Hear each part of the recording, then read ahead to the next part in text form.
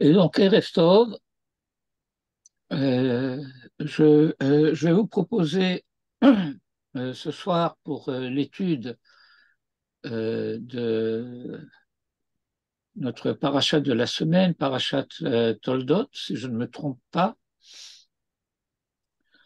un enseignement issu du Beth Midrash du Rav Moshe Shapira, qui a été entre autres le maître de Béni Lévi après sa Chazara B'tshuva. Béni Lévy, dont vous savez qu'il avait été le secrétaire de Sartre,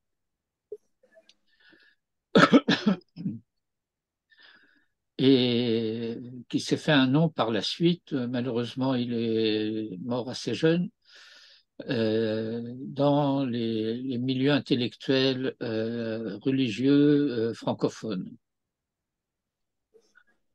Euh,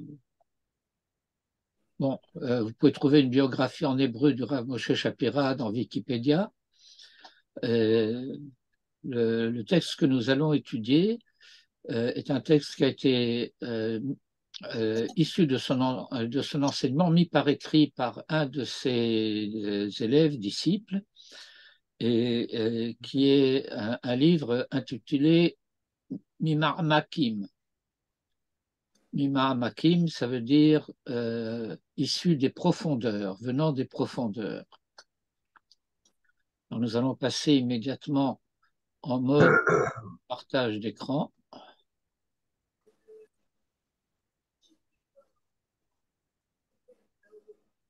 Et je vais, comme d'habitude, dédier notre étude à la guérison de mon épouse, Chaya Ruth Batdina.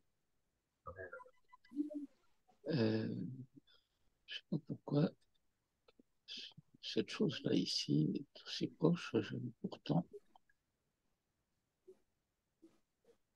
ça ne veut pas.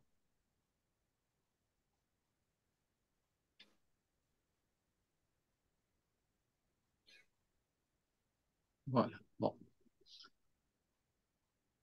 Euh,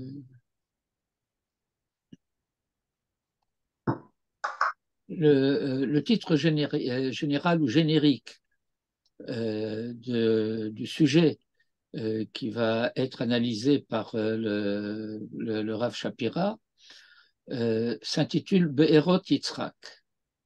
En effet, la Torah nous raconte, vers le milieu de la paracha, divers épisodes de la vie d'Isaac, et en particulier le fait que l'une de ses activités a été de recreuser les puits qui avaient été creusés par son père Abraham et qui avaient été bouchés par les Philistins. C'est un récit assez curieux parce que on n'a pas, on ne comprend pas vraiment pourquoi les Philistins auraient voulu boucher des puits. Euh, D'une manière générale, dans les cultures de l'Antiquité et même par la suite, euh, les, les puits, les sources d'eau étaient considérées comme, je ne vais pas dire sacrées, mais en tout cas comme quasiment intouchables. Et donc, il nous faut aussi comprendre que la contestation autour de ces puits fait écho au fait que c'est l'enseignement d'une manière générale d'Abraham que les Philistins cherchaient à étouffer et que Isaac, quant à lui, tentait de revivifier. Alors j'aborde tout de suite la lecture du texte. B'mahalach sipur toldot ha'avot ha'kedoshim. Dans le processus du récit de l'histoire de nos pères, nous n'allons pas dire nos saints-pères parce que ça a des connotations un petit peu différentes en français. Mekatseret haTorah beyoter beteur toldotav vekorotav shel Yitzhak Avinu. La Torah mekatseret. Littéralement, cela voudrait dire abrège. Mais ça veut dire que la Torah ne s'étend pas d'une manière particulière sur le récit concernant Isaac. Toldotav vekorotav shel Yitzhak Avinu.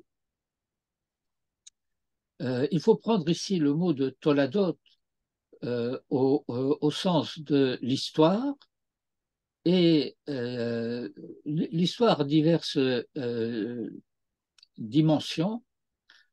Les Toladot, c'est l'histoire essentielle, et les Korot, c'est l'histoire événementielle, ce qui arrive.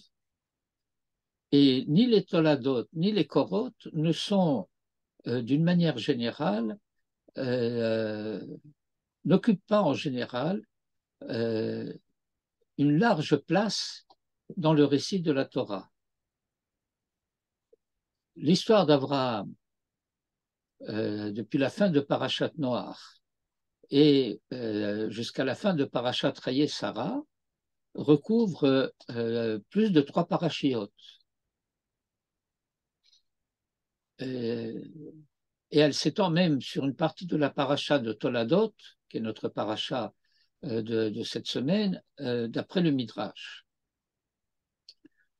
L'histoire de Jacob va occuper toute la fin du Sefer Bereshit. Depuis la paracha de Toladot, où cette histoire commence à être relatée, et puis à partir de la paracha de Vayetze, la paracha suivante, Jacob est présent jusqu'à la fin du livre de la paracha de Vayechi. Alors que l'histoire d'Isaac, elle occupe une certaine place dans le récit de la Hakeda, et puis ensuite une petite place avec l'histoire de son mariage dans Parashat Chayei Sarah, mais c'est très succinct. Et puis ensuite, eh bien, nous avons la paracha de Toladot, et puis c'est tout.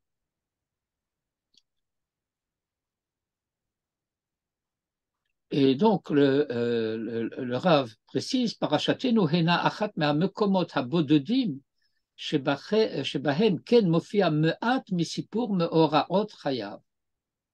Et notre paracha est l'un des endroits bododim, l'un des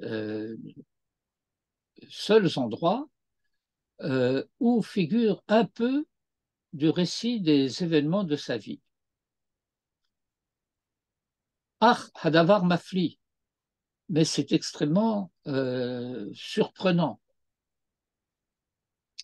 Ki asipurim hamofim beparashatenu nir'im lechaora kedvarim baralma. Mais c'est d'autant plus étonnant que les récits qui nous sont donnés semblent être simplement des événements mineurs. Maasim shuliyim, des événements shulaim, ce sont les marges.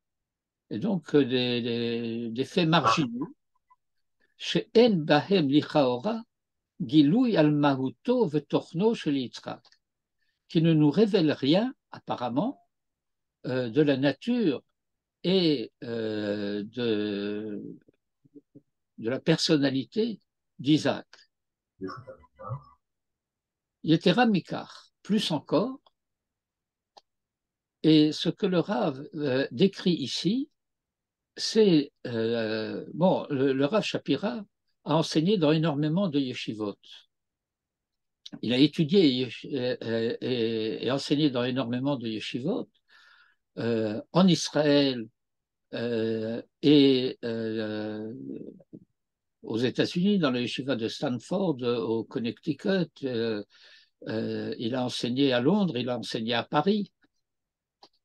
euh, appartient a priori à la tendance lituanienne, bien qu'il affectionne particulièrement des enseignements de divers maîtres chassidiques, comme le Rav Leiner, qui a été le maître en tout cas l'un des maîtres du Rav Tzadok HaKohen, dont le Rav Shapira affectionne aussi très particulièrement les écrits, en particulier dans ses commentaires de Périt Tzadik sur les parachutes de la semaine et les mois de l'année et les fêtes.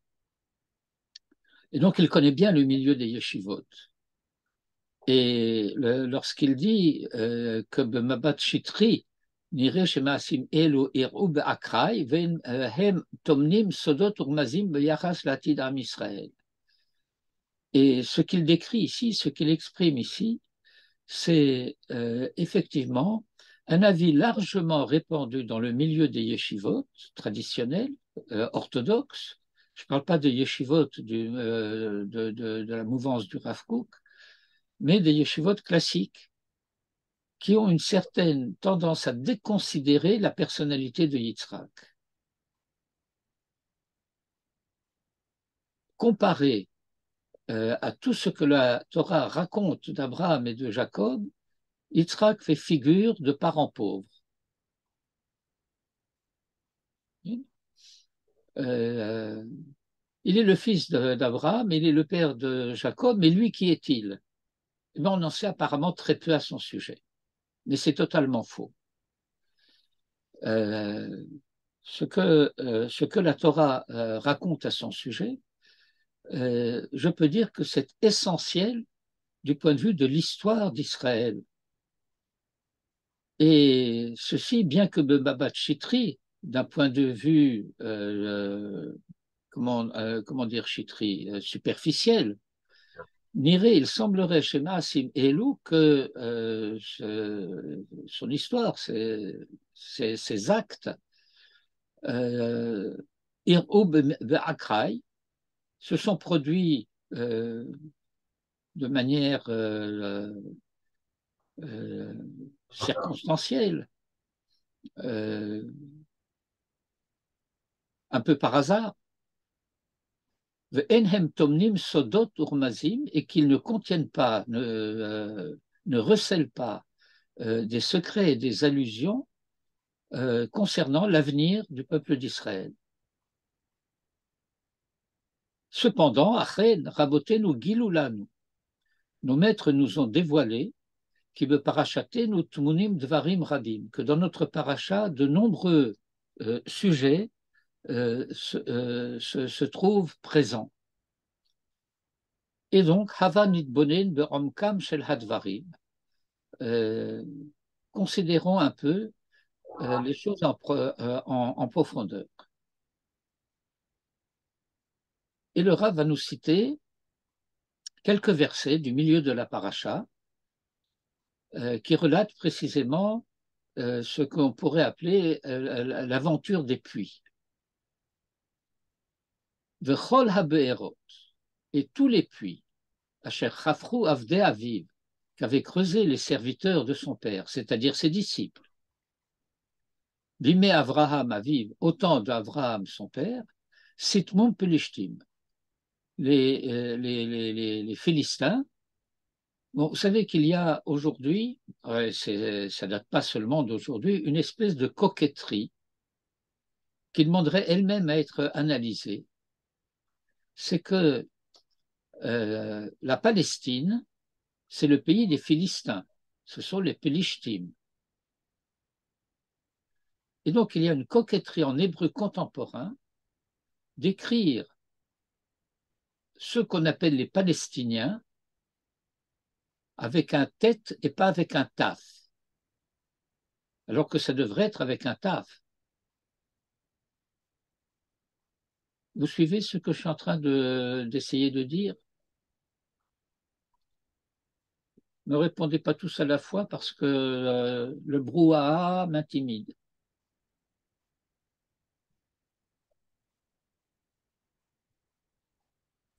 Quelle est la règle? Quand est-ce que c'est tête et quand est-ce que c'est tave? J'ai pas compris la question. Quelle est la règle grammaticale, si toutefois il y en a une, quand est-ce qu'on écrit avec tab et avec tête, de manière générale? Bah, c'est pas une question de règle grammaticale, c'est une question d'étymologie de la racine des termes. Alors, euh, d'un point de vue linguistique, euh, pour ceux qui ont certaines notions de grec, ou plus que certaines notions de grec, le tête correspond au theta et le taf au tau. Le taf en lecture ashkénaze est l'une des lettres doubles pour lesquelles les sfaradim ne font pas la différence entre dagouche et l'odagouche, avec un dagesh ou sans dagesh, mais les ashkenazim font la différence. Le tête, c'est toujours le son T plein. Mais par exemple, ici, au début de la ligne 18, les ashkenazim diraient Mos Avraham et pas Mot Avraham. Euh, Pelachet s'écrit avec un taf. Et donc, étant donné que les Romains, après la destruction du temple, ont voulu effacer le nom d'Israël de la carte, ils ne sont pas les premiers et n'ont pas été les derniers, euh, eh bien, ils ont renommé la Judée du nom de l'ennemi historique d'Israël, Palestine, du nom des Pelishtim. Et ce nom de Palestine a donné, dans la géopolitique contemporaine, palestinien. Et donc, quand on parle des Palestiniens en hébreu, ce nom devrait s'écrire avec un taf et pas avec un tête.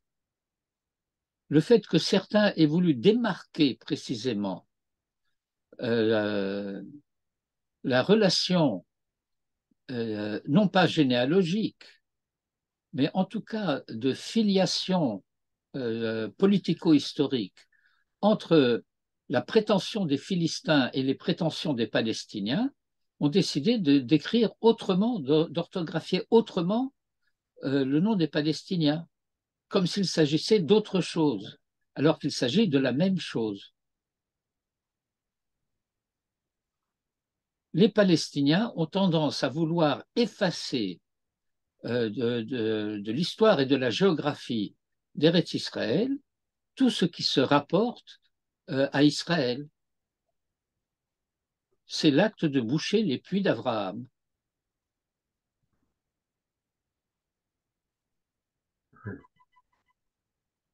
Deuxième euh, plan du récit, Vayomer Avimelech el Yitzhak, Avimelech dit à Isaac, Lech me'imanu, va-t'en de chez nous, ki aratsamta mimenu me'od, car tu es devenu plus puissant, beaucoup plus puissant que nous. Bon, les Philistins, c'est un peuple fort, puissant.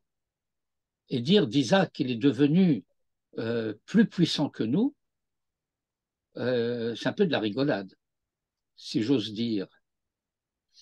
Mais il faut entendre cela à la manière dont on entendra beaucoup plus tard, quelques siècles après, ce que Pharaon va dire des Hébreux, Hine am bene Israël rav ratsu mimenu. Voici que le peuple des enfants d'Israël est plus nombreux et plus puissant que nous. Mais ce n'est pas ça qu'il dit du tout. Ce qu'il dit, c'est que euh, ce sont des parasites.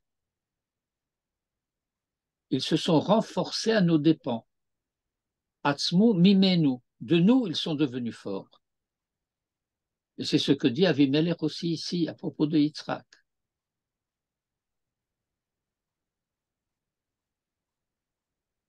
Et donc, d'une part, euh,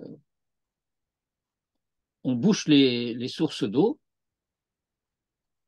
et d'autre part, on chasse en prétendant que Isaac, bon, il suce le sang Enfin, vous voyez, toute cette argumentation qui va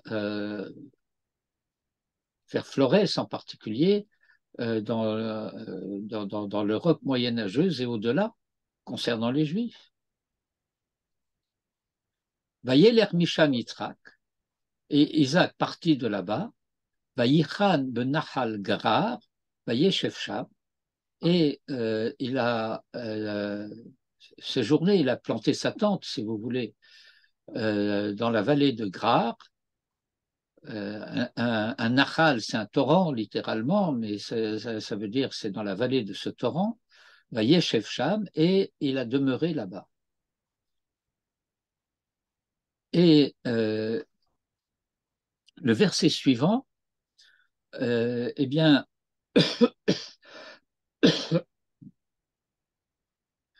euh, comment s'appelle cette forme littéraire ah, zut! Quand un son fait écho à un autre son, le mot m'échappe.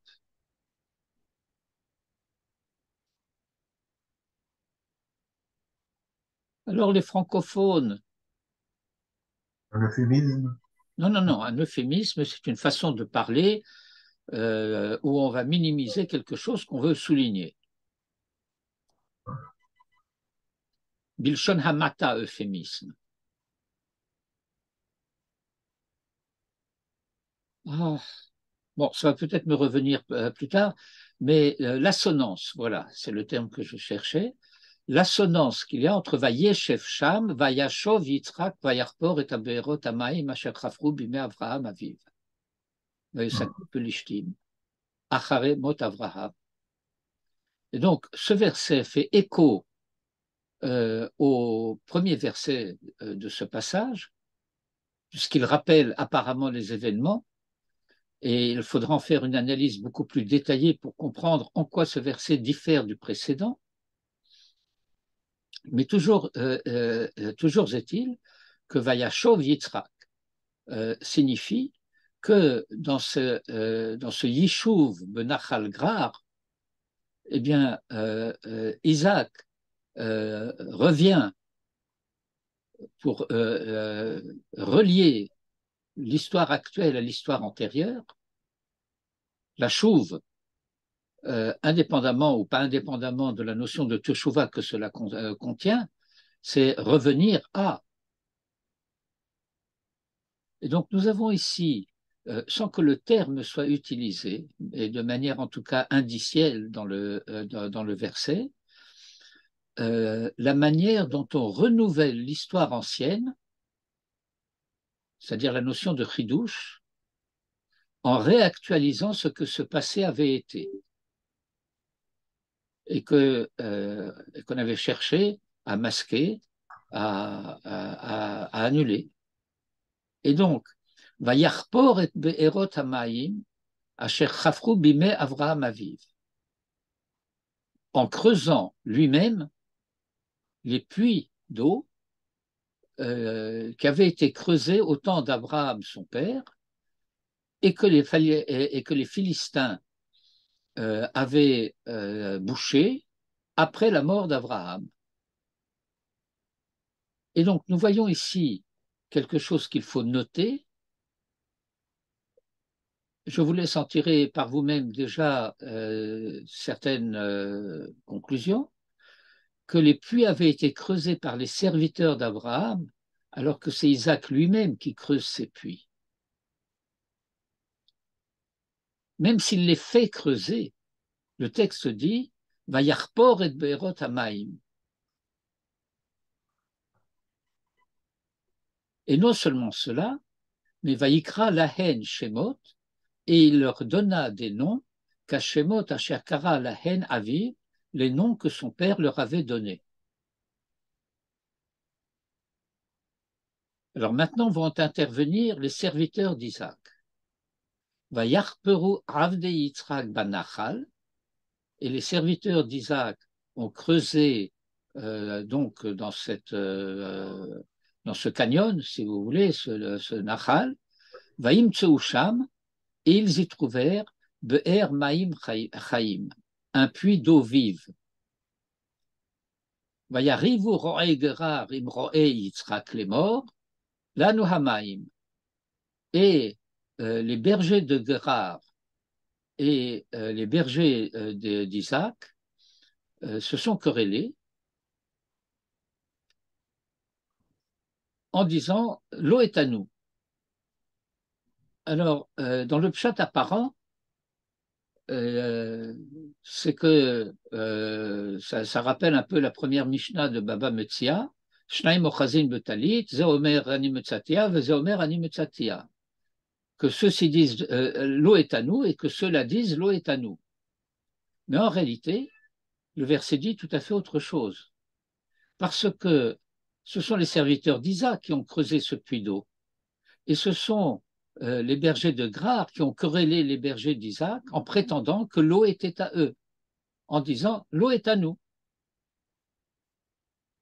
Et ce nouveau puits que ces serviteurs avaient trouvé, Vaïkra Shem Haber Eresek. Et il a appelé le nom de ce puits contestation, qui hitrasko imo, parce qu'ils ont contesté avec lui. Vayarperu be'er acheret, vayarivu gam aleha, ils ont creusé un autre puits, vayarivu gam aleha, et ils se sont querellés aussi à son sujet, vayikra shema sitna, et il a nommé ce puits Sitna. Sitna, c'est un mot qui est proche de la haine. Sémantiquement, il est lié à la notion de Satan.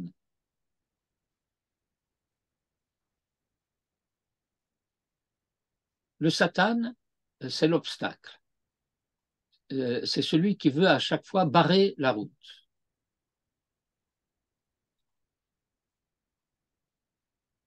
Vayaratek Misham, alors il est parti de là-bas. Vayarpor be'er acheret, il a creusé un autre puits. Velo ravu aleha, et il n'y a pas eu de dispute à son sujet. Vaikra Shema Rechovot, et il a appelé ce puits Rechovot. Vous savez, il y a une ville comme ça en Israël. Rechovot, ce sont les largesses. Un Rechov, c'est une voie large par rapport à une simta qui est une ruelle. Vayomer, et pourquoi il a appelé Rechovot? Parce qu'il a dit Ki ata irriv Hashem lanu, parce que maintenant Hashem nous a élargi, ou farinu ba'aret, et nous fleurirons dans le pays, ou nous fructifierons dans le pays. C'est ça le passage. Et donc nous sommes interpellés, si vous voulez, par ce récit, au sujet de ces trois puits qui viennent s'ajouter aux puits qui avaient été creusés par Abraham, bouchés par à chaque fois il me vient de dire les Palestiniens, les Philistins, et recreusés par Isaac, et à ces puits-là, auxquels il a donné des noms qui étaient les mêmes que ceux des noms donnés par son père, il y a trois nouveaux puits qui sont creusés. Et les deux premiers donnent lieu à contestation, et le troisième, il n'y a plus de contestation. Haramban, Nachmanide, sur le verset 20 de ce passage, Poteach lanu petach le havanat ma'aseh haberot. Nachmanide nous ouvre une porte, Poteach lanu petach, à la compréhension, le havanat ma'aseh haberot, de l'histoire des puits. on pourrait presque dire d'une façon un peu moyenâgeuse, la geste des puits. Nous lisons Nachmanide. Yesaper HaKatuv. Le récit relate, l'écriture, la Torah raconte, Vayaharir, et elle va s'étendre, Inyan HaBe'erot, au sujet des puits, Ve'en bipshute hasipur to'alet, ve'lo kavod gadol Yitzhak. Et superficiellement, lorsqu'on lit le récit au niveau de ce que Manitou appelait le pseudo-pshat, le pshat superficiel, aucun intérêt. Je dirais aucun autre intérêt que de nous apprendre des choses que nous savons déjà, c'est que nos ennemis ne nous aiment pas et qu'ils ont tendance à défaire ce que nous faisons et à nous empêcher de profiter de ce que nous produisons. Aucun intérêt. Et en plus, l'okavod gadol Yitzhak, et ce n'est pas vraiment à l'honneur d'Isaac, parce que ou Aviv asu otam beshavé, parce que lui et son père ont fait la même chose. Et donc, encore une fois, bepshute asipur en toelet, velo kavod. Aval, yesh badavar inyan nistar betocho. Mais en réalité, ce récit contient un thème caché, nistar, qui bat le hodia de varatid, parce qu'en fait, il vient annoncer une chose à venir. Kiber Maim Chayim, parce que lorsqu'on parle d'un puits d'eau vive, Yirmoz levet Elohim, Asher Yasu Banav Shel Yitzhak. Il fait allusion au temple, au Beth Amikdash, que Nachmanide appelle ici Beth Elohim, Asher Yasu Banav Shel Yitzhak, que construiront les fils d'Isaac. Intéressant de noter qu'il ne dit pas Béné Israël, et il ne dit pas Béné Avraham, il ne dit pas Béné Yaakov, mais Dafka Banav Shel Yitzhak. Ce sont les fils d'Isaac. C'est en tant que fils d'Isaac que les Béné Israël construiront le temple. Velachen, Hiskir Be'er Maim Chaim, et c'est pourquoi il fait mention du puits d'eau vive, que Moshe Amar Yirmiyahu, Mekor Maim Chaim et Hashem.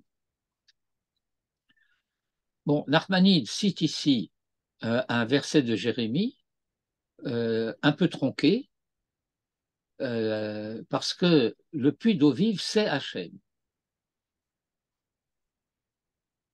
Azvu oti mekor maim chayim, ils ont abandonné le puits d'eau vive qui est, c'est-à-dire ils ont abandonné Hachem.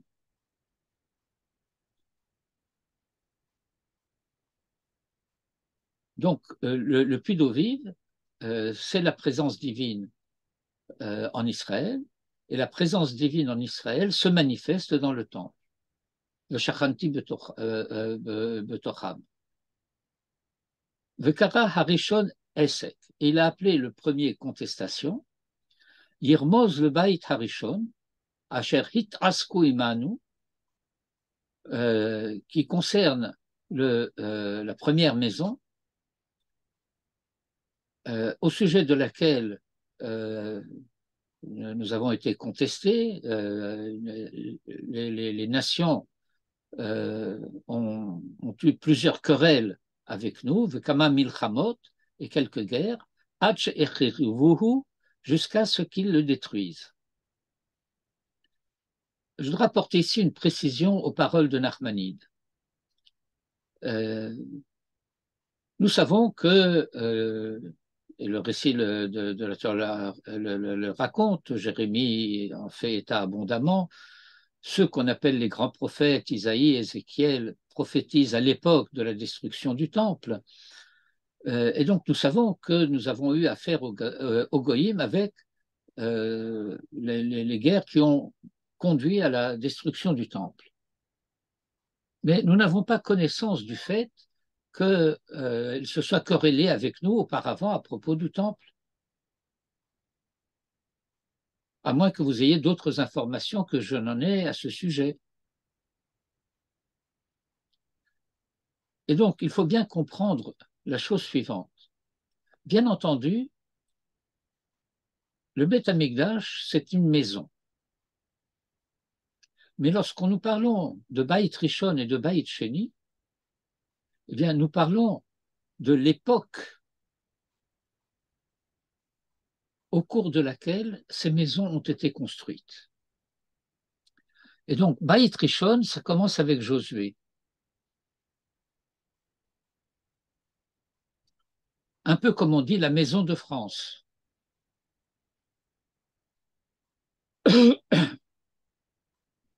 Et pas seulement à partir du moment où David a réalisé les plans du Beth Amikdash, acquis le terrain, et que Salomon l'a construit de facto.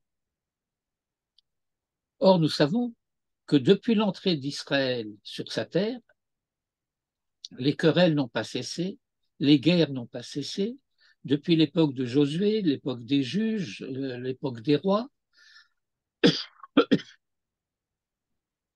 jusqu'à la destruction du premier temple. Et donc, le premier puits, Al-Sek, fait allusion à toute cette histoire-là. Vahasheni est le deuxième puits d'eau vive, Karashema Sitna. Il l'a appelé Sitna, dérivé du mot Satan, et qui est donc, d'une certaine manière, proche, plus que la contestation, c'est proche de la haine. Shem Kaché Minarishon, un nom plus dur que le précédent. Vehu Habayit Hasheni, et celui, c'est la deuxième maison, Shekara Oto Kishmo Shekatuvbo, qu'il a appelé du nom qui est écrit à son sujet, ou Malchut Achashverosh, et au temps du règne d'Assuérus, des Trilat Malchuto. Au début de son règne, Katvu Sitna al Yoshve Yehuda Yerushalayim.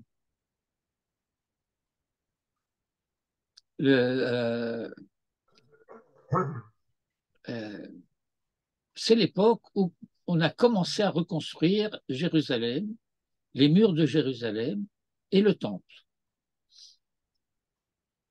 Et les populations qui avaient été importées par les Babyloniens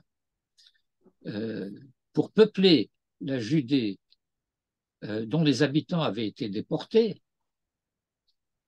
eh bien, on fait appel aux Perses qui avaient succédé aux Babyloniens pour accuser les Juifs de rébellion. Et donc, c'est le début de toute l'histoire racontée par la Megillat Esther avec Haman et compagnie. ובמלכות אחשוורוש, בתחילת מלכותו, כתבו שטנה על יושבי יהודה וירושלים. וכל ימיו, et tout le temps du deuxième temple, Baït Sheni, il ne faut pas dire le second temple. Vous savez ça? On trouve souvent dans les textes un peu historiques la période du premier temple, la période du second temple. Mais il ne faut pas dire le second temple. Vous savez pourquoi? Parce qu'en français, second suppose qu'il n'y a pas de troisième.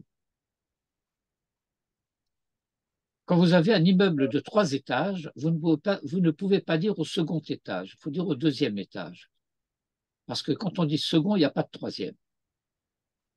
Et donc, il ne faut pas parler du second temple.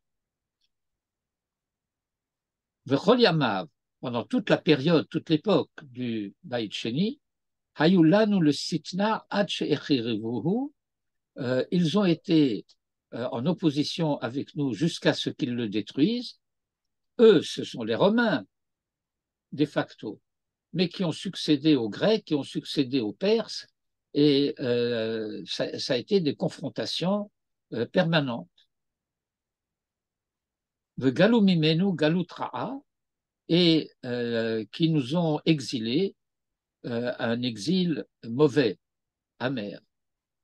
V'hashlishi, kara rechovot.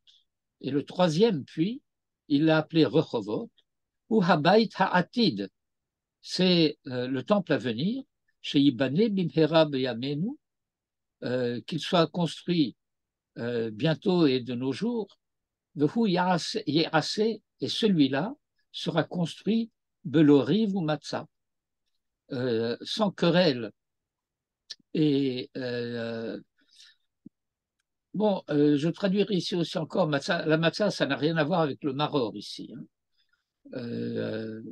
C'est un terme dérivé encore pour parler de la contestation. V'ha'el yachiv et gevulenu, et Dieu élargira notre frontière, comme au Sheneemar, ainsi qu'il est dit, c'est un verset du Deutéronome, Dvarim Yut-Tetret, Ve'im yachiv Hashem elokecha et gevulecha kasher nishba la'avotecha, Venatan lecha et kol haaretz asher diber latet la'avotecha, shehu la'atid. Nachmani d'ici a cité le verset en abrégé. Je préférais le citer dans toute son extension pour que, petite parenthèse, les anciens n'avaient besoin que de citer un bout de verset pour que leurs lecteurs comprennent de quoi ils parlaient parce qu'ils connaissaient toute la Torah par cœur, pour ne pas dire tout le Tanakh par cœur. Et donc immédiatement, ils identifiaient de quoi il s'agit. On avait besoin de donner que de 2-3 mots d'un verset et c'était suffisant. Pour nous, cela ne suffit plus. Urtiv Babayit Hashlishi, il est écrit à propos du troisième temple, c'est un verset d'Ézéchiel, Verachava, Venaseva, le Marala. Et il s'élargira et s'étendra en haut. Ufarin ou Va'aret, et nous fructiférons dans le pays, chez Kol Ha'amim, parce que tous les peuples, Ya'avduhu, le Beit Shlishi, Shechem Echad, tous ensemble. Et donc, premier plan, ou première partie de l'analyse, si vous voulez, c'est de montrer que ce texte concernant les puits, eh bien, c'est un texte extrêmement significatif, parce qu'il parle de notre histoire. Il ne décrit pas seulement des péripéties de l'histoire d'Isaac, mais il décrit au travers précisément de l'histoire d'Isaac, l'histoire d'Israël. Et je voudrais élargir un petit peu ce thème par quelques mots avant d'aborder le paragraphe suivant. C'est que Abraham représente les commencements. Jacob va représenter les aboutissements. Mais l'histoire, dans son extension, eh bien, elle est représentée par Isaac. L'histoire d'Israël, c'est l'histoire de Yitzhak, entre le commencement et la fin. Et c'est ce que le Rav dit à partir dans le paragraphe suivant, Yitzhak, Emtsa Israël. Emtsa, c'est le milieu, c'est le centre.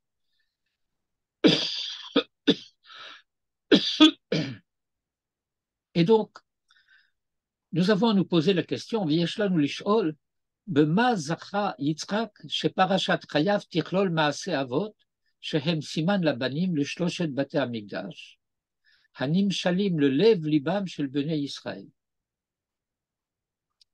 Et nous avons donc à nous interroger sur le fait de savoir en quoi Isaac a-t-il mérité que la paracha de sa vie, paracha Trayab, contienne, du point de vue de Maaseh Avot Shem Siman Labanim, vous connaissez cette expression, Maaseh Avot Siman Labanim, la geste des pères est un signe pour les fils. Si nous avons le temps et si vous me le rappelez, je dirai un mot de plus à ce sujet vers la fin de notre étude.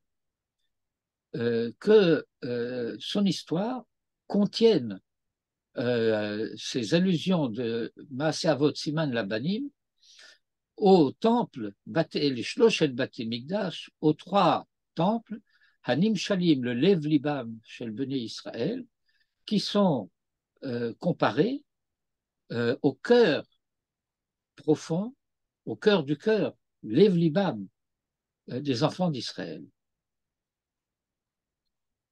Teshuvat She'elazo mevo'eret b'divrei ha-Maharal. La réponse à cette question est mise en évidence dans l'enseignement du Maharal. À noter que le Rav Moshe Shapira a été, entre autres, l'élève du Rav Yitzhak Hutner, qui est un grand spécialiste du Maharal, et il est devenu lui-même un grand spécialiste du Maharal, et il a été l'un des maîtres principaux de ce point de vue-là, du Rav Hartman, à qui nous devons l'édition contemporaine prestigieuse des écrits du Maharal. Il vient d'achever, il y a quelques mois, le Gvurot Hashem, et il y a encore beaucoup de travail, mais nous avons déjà tout le commentaire sur les Pirkei Avot, tout le Gourarié, il n'a pas fait dans l'ordre, mais Gvurot Hashem, Netzach Israël, Tiferet Israël, certains passages de Netivot Olam, Ner Mitzvah, Torah Or, un travail immense, avec énormément de références et de notes et de renvois. Lorsque le Maharal dit « nous avons déjà parlé », eh bien, il indique où, et ainsi de suite. Et il cite souvent le Rav Moshe Shapira comme source des précisions qu'il apporte. Il a d'ailleurs écrit un livre, je ne sais plus si c'est lui-même qui l'a rédigé ou si son fils qui l'a rédigé, qui a recueilli tous les endroits où, dans ses commentaires, le Rav Hartman cite l'enseignement du Rav Moshe Shapira dans un petit recueil qui s'appelle Vayomer Yehoshua, parce qu'il s'appelle Yehoshua Hartman. Et donc, Moïse a dit à Josué. Et donc, ceci est éclairé par l'enseignement du Maharal chez Gila Lano, qui nous a dévoilé chez Shloshet Ha'avot que les 3 patriarches, Mechouvanim Keneged Shalosh Tkufot Bahistoria shel Am Israël, correspondent à 3 périodes dans l'histoire du peuple d'Israël. Umeforash Rolei Mitor Tevarav. Et il ressort explicitement de son enseignement chez Yitzhak que Isaac, Mechouvan Keneged Tkufat Bet Hamikdash, correspond à l'époque du Bet Hamikdash. Netzatet Me'at Midvarav HaKadoshim, citons un peu de ces saintes paroles. La citation en question vient du commentaire du Maharal sur les Pirkei Avot, chapitre 5, Mishnah 4. Avraham atchala v'tchila la'avot, moré al techilat Israël. Avraham, en tant qu'il est le début et le commencement des patriarches, indique le commencement d'Israël. Shehaya Avraham Kol Yamav, parce que Avraham a vécu toute sa vie betova, agréablement, dirais-je, en bien,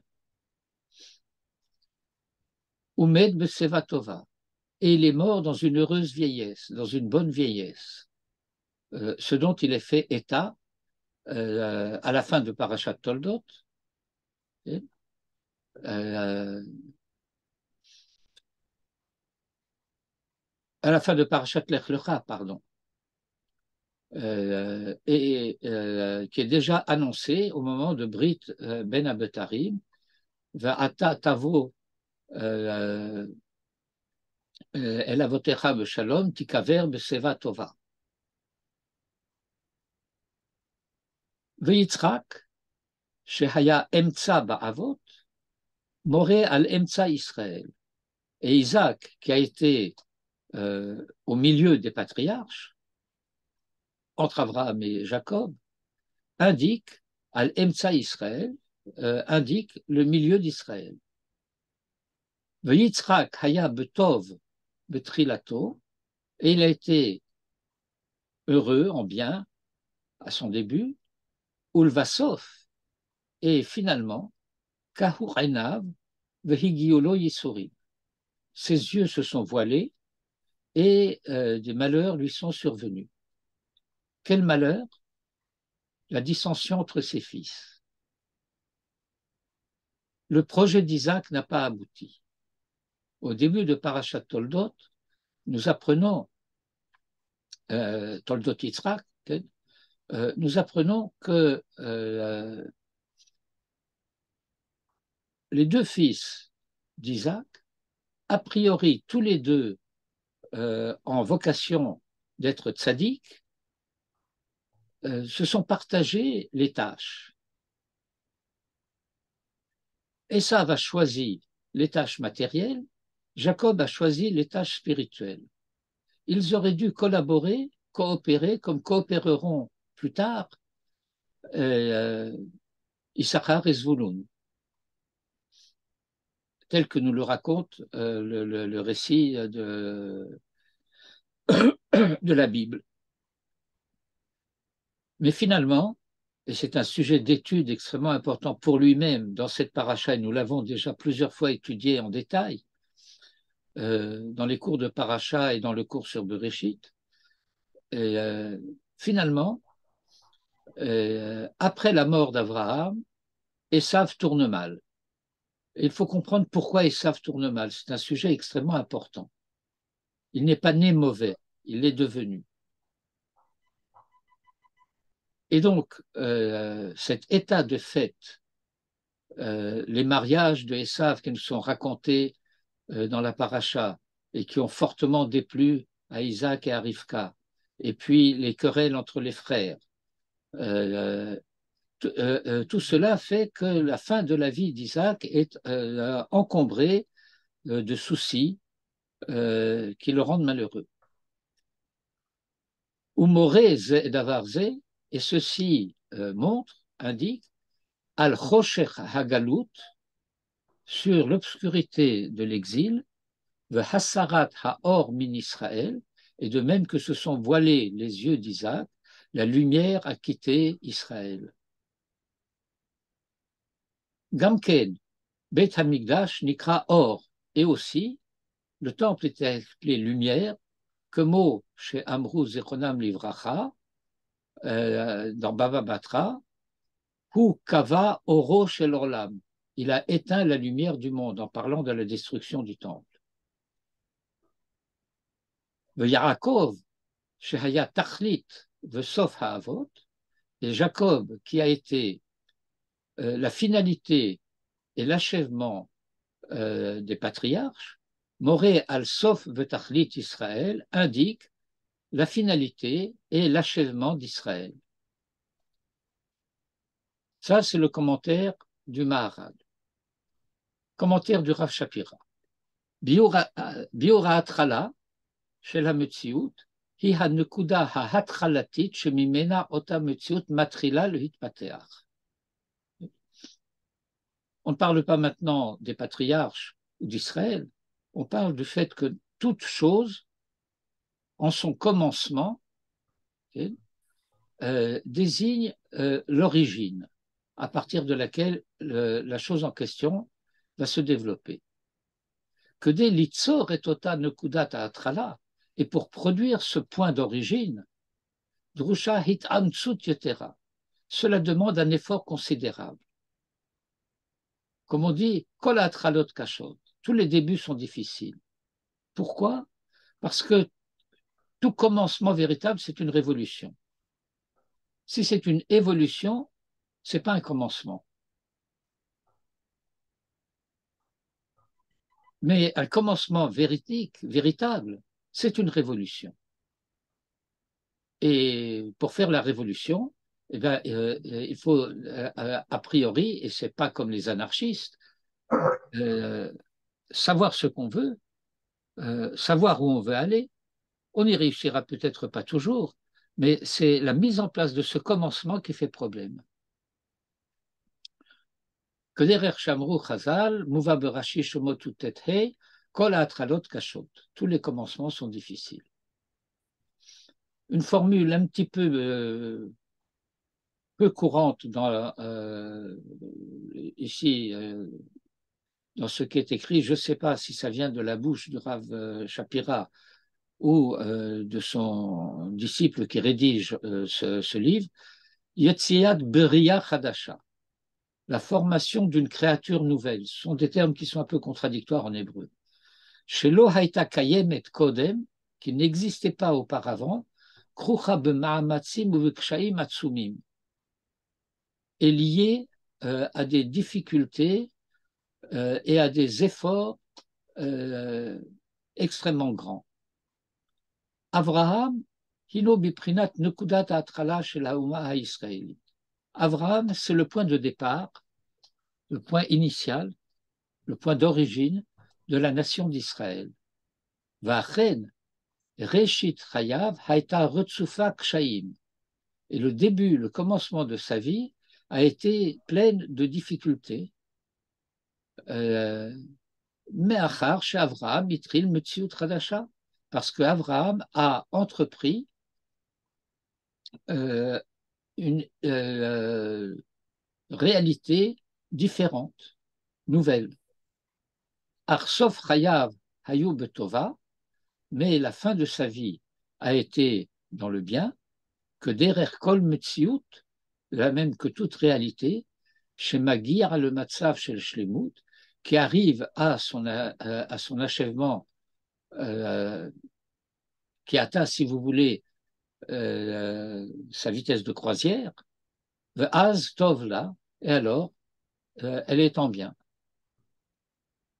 Chaye Avraham Avinu Makbilim le Trilat Hithavutam chez l'Israël. La vie d'Avraham correspond au commencement de Hithavutam, du fait du devenir d'Israël. L'Edat Ha'uma ha'Israélite, Haïta Bemitzraïm, le commencement de la nation d'Israël en tant que nation a été en Égypte.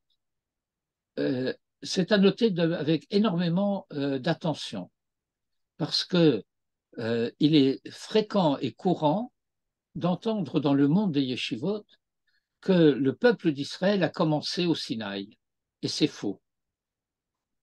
C'est le peuple d'Israël sorti d'Égypte qui reçoit la Torah au Sinaï. Ce n'est pas le don de la Torah qui produit le peuple d'Israël. L'Edat Hauma ha'Israélite Betor Uma, la naissance de la nation d'Israël en tant que nation, Haïta Bemitzraïm, a été en Égypte. Ve'omnam, cependant, Ota Atrala Haïta Betza'ar, ce commencement a été dans la difficulté, chez Aboud Mitzraïm, la servitude, l'esclavage d'Égypte. Achen, Achar Shauma Higia le Shlemut Dargata, Zarta le Tova. Lorsque la nation est arrivée à la plénitude de son niveau en ce temps-là d'histoire, elle a obtenu le bien, Zarta le Tova. Pourquoi? Parce que tout le temps du désert a été un temps miraculeux, supernaturel, surnaturel. Unhaga bamidbar bederech nes ou kemochen hitzlicha lirvosh et haaretz, et de même, elle est parvenue à conquérir reconquérir le pays, même si ce n'est pas encore tout le pays, puisque Josué est mort avant que toute la bande côtière occupée par les Philistins ait pu être libérée.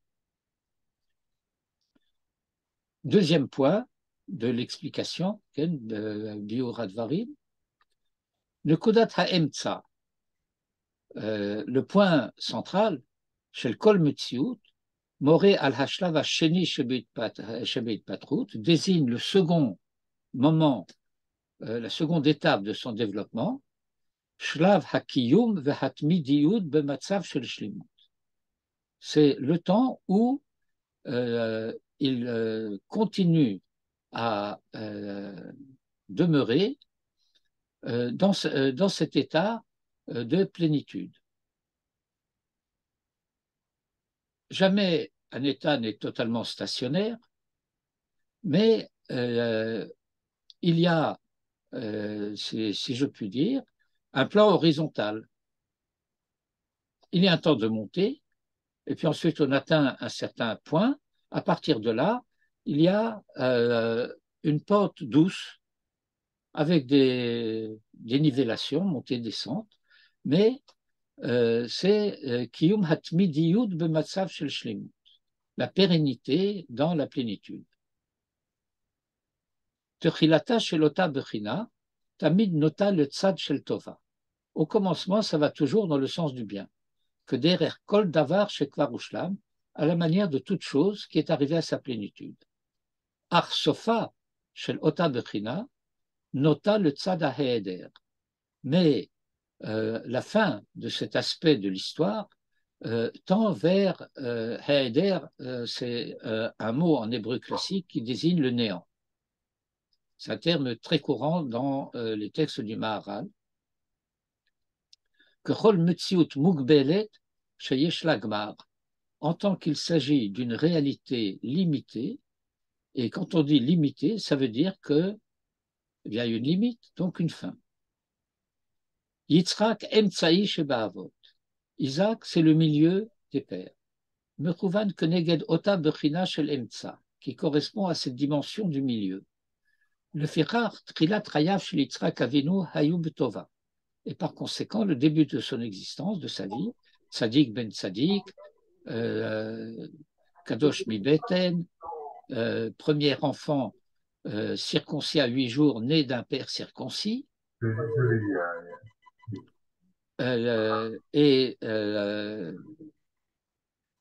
mais sauf Yamav, mais la fin de sa vie, Hayub Tsahar était dans la douleur, que Neget Sofa chez la Metsiout, correspondant à la fin de la réalité décrite précédemment. Chayav shel Yitzhak Magbilim le Tkufat HaZohar shel Klal Israël. La vie d'Isaac correspond, ou est parallèle, mais correspond à l'âge d'or, Tkufat HaZohar shel Klal Israël, d'Israël. Bisman Shebet Hamikdash Haya Kayam, lorsque le temple était debout, ou Klal Yisraël et l'ensemble d'Israël, Hushpeu Rov Bracha Ve'atzlacha, bénéficiaient de beaucoup de bénédictions et de réussite. Ah, cependant, le sauf ota tkufat emtsa, comme entre guillemets, c'est pas des guillemets, c'est des, comment ça s'appelle ça, c'est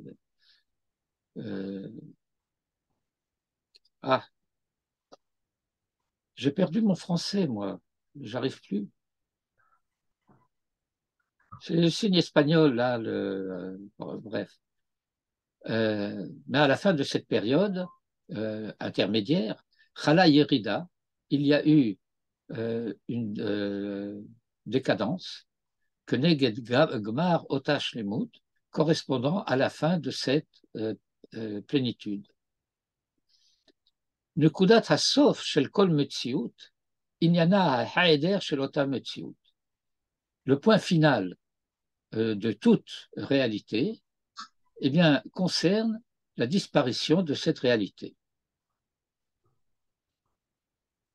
Troufazo, cette période, cette époque, Merumezet, il y est fait allusion de Masechet Chayav chez Yaakov Avinu, dans le récit de la vie de Jacob, sauf Havot, le dernier des pères en tant que patriarche, chez Rov Yamav Hayub Tsa'ar, dont la vie en majorité a été malheureuse.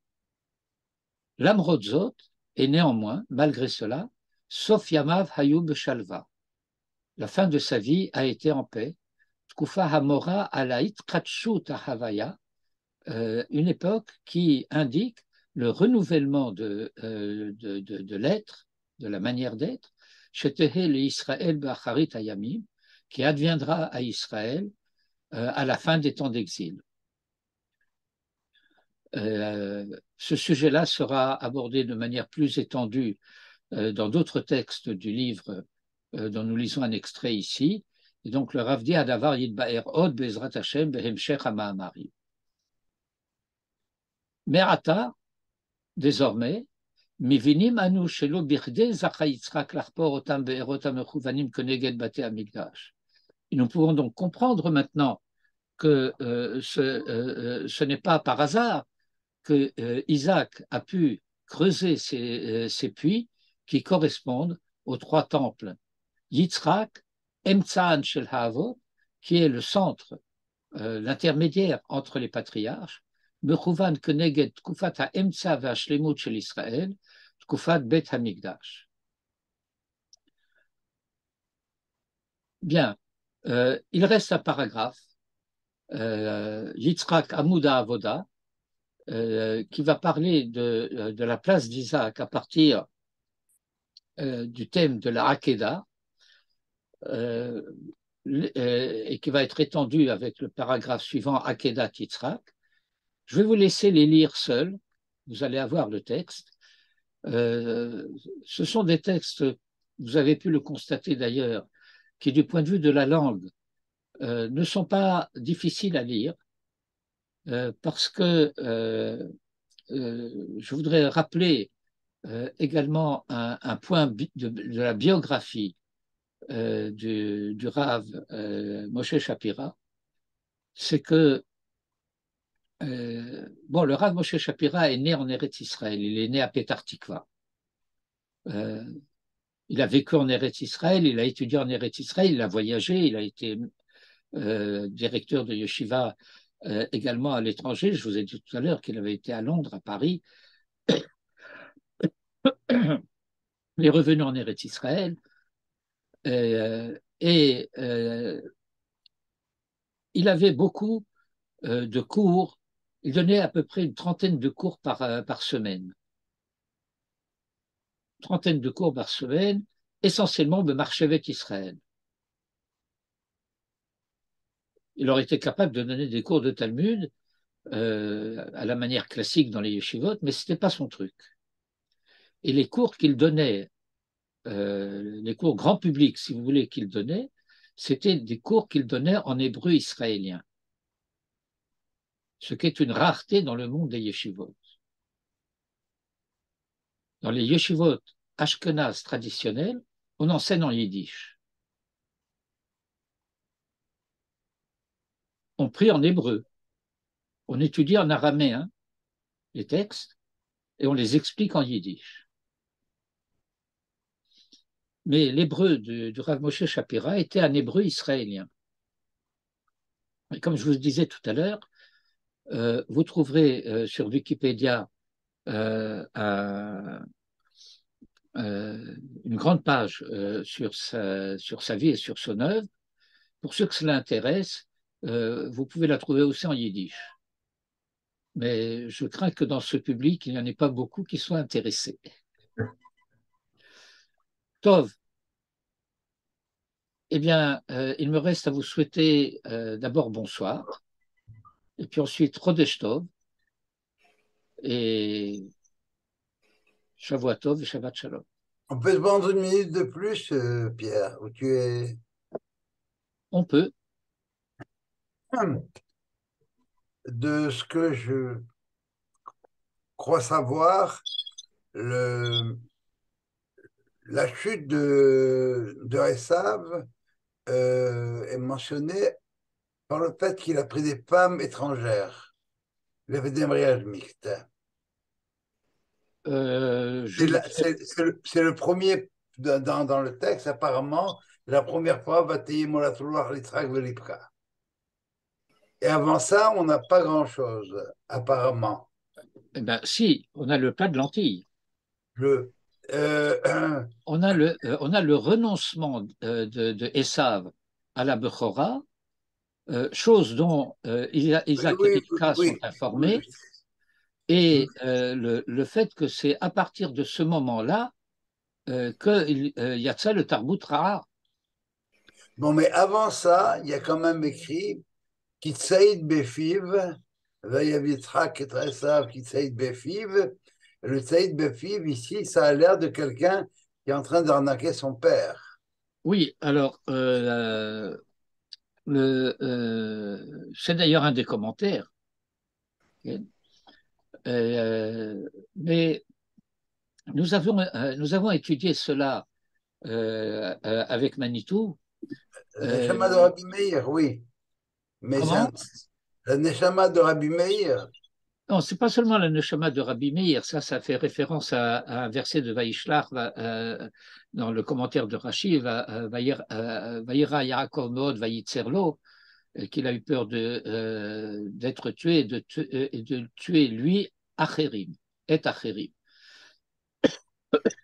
Non, euh, c'est le fait que il y a deux lectures possibles, comme souvent, euh, d'un verset qui peut faire allusion à quelque chose qui va se révéler négatif, et parce que cela va se révéler négatif à l'avenir, alors on va le commenter déjà comme négatif à son origine. Et ça, c'est l'explication que tu viens de citer. Mais les questions qui étaient posées par Isaac, pardon, par Esav, les questions de Halacha que Esav posait à Isaac, c'était comment fait-on le maaser sur le sel et le foin, ou la paille. Dans la Halacha, on sait que ce sont des choses sur lesquelles on ne prélève pas de maaser. Mais Manitou expliquait que précisément, il y avait une espèce d'idéalisme outrancier chez Ésaü qui voulait que rien n'échappe au maaser. C'est pas qu'il lui posait des questions pour dire regarde comme je suis pieux, mais c'est dire comment pourrait-on réaliser cela que même sur ce qui a priori semble devoir échapper au maaser, on puisse prendre le maaser également. Que rien ne soit superflu.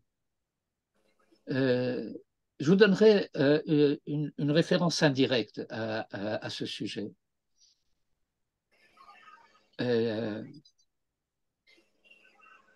On parle beaucoup en histoire et dans l'histoire révolutionnaire en particulier des lendemains qui chantent. Et donc des pères qui se sacrifient pour les lendemains qui chantent des fils.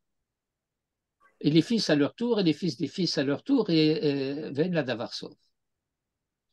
Or, la Torah, à son début,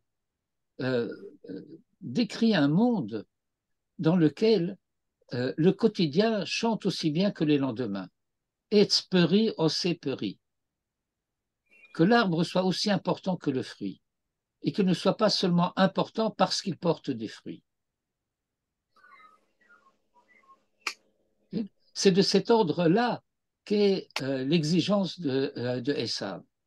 Et parce que il va être déçu de cette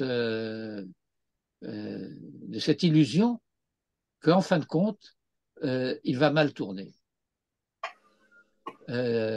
La riche-houte de Esav, en quelque sorte, c'est la riche-houte d'une déception, parce qu'il avait mis la barre très haut. Et il n'a pas réussi ni à s'y tenir, ni à comprendre que même s'il y a une révolution au commencement, eh bien, elle doit être suivie par des étapes progressives pour se maintenir et s'achever et se parfaire. Donc, il faut lire positivement, très bien. C'est pas une illustration de. C'est pas de l'arnaque, quoi. Non, a posteriori, Bedéavad, ça va apparaître tel. Mais voilà pourquoi on ne peut pas lire comme ça en réalité. Et quand je dis on ne peut pas lire comme ça en réalité, ce n'est pas que je conteste les commentaires traditionnels qui le disent, mais c'est que le plat de lentilles que Jacob fait cuire, c'est la Soudat Havra'a après l'enterrement d'Abraham. Vous savez ce que c'est, Soudat Havra'a? C'est le repas qu'on sert aux endeuillés lorsqu'ils reviennent de l'enterrement. Or, il a été dit à Abraham, Tikaver beseva tova, tu seras enterré dans une heureuse vieillesse. Est-ce qu'on pourrait dire qu'Abraham peut mourir dans une heureuse vieillesse, sachant que son petit-fils a mal tourné? Et donc, il n'a pas mal tourné avant la mort d'Abraham. Et donc, au moment où Tsaïd Befiv, okay, Abraham est encore vivant. Comme on dit en mathématiques, CQFD. Oui, parfait. Merci. Très bien. Voilà. Voilà. Chodesh Tov et Shabbat Shalom. Chodesh Tov, Shavua Tov, Shabbat Shalom, et à la prochaine fois. תודה Merci. רבה. Bye.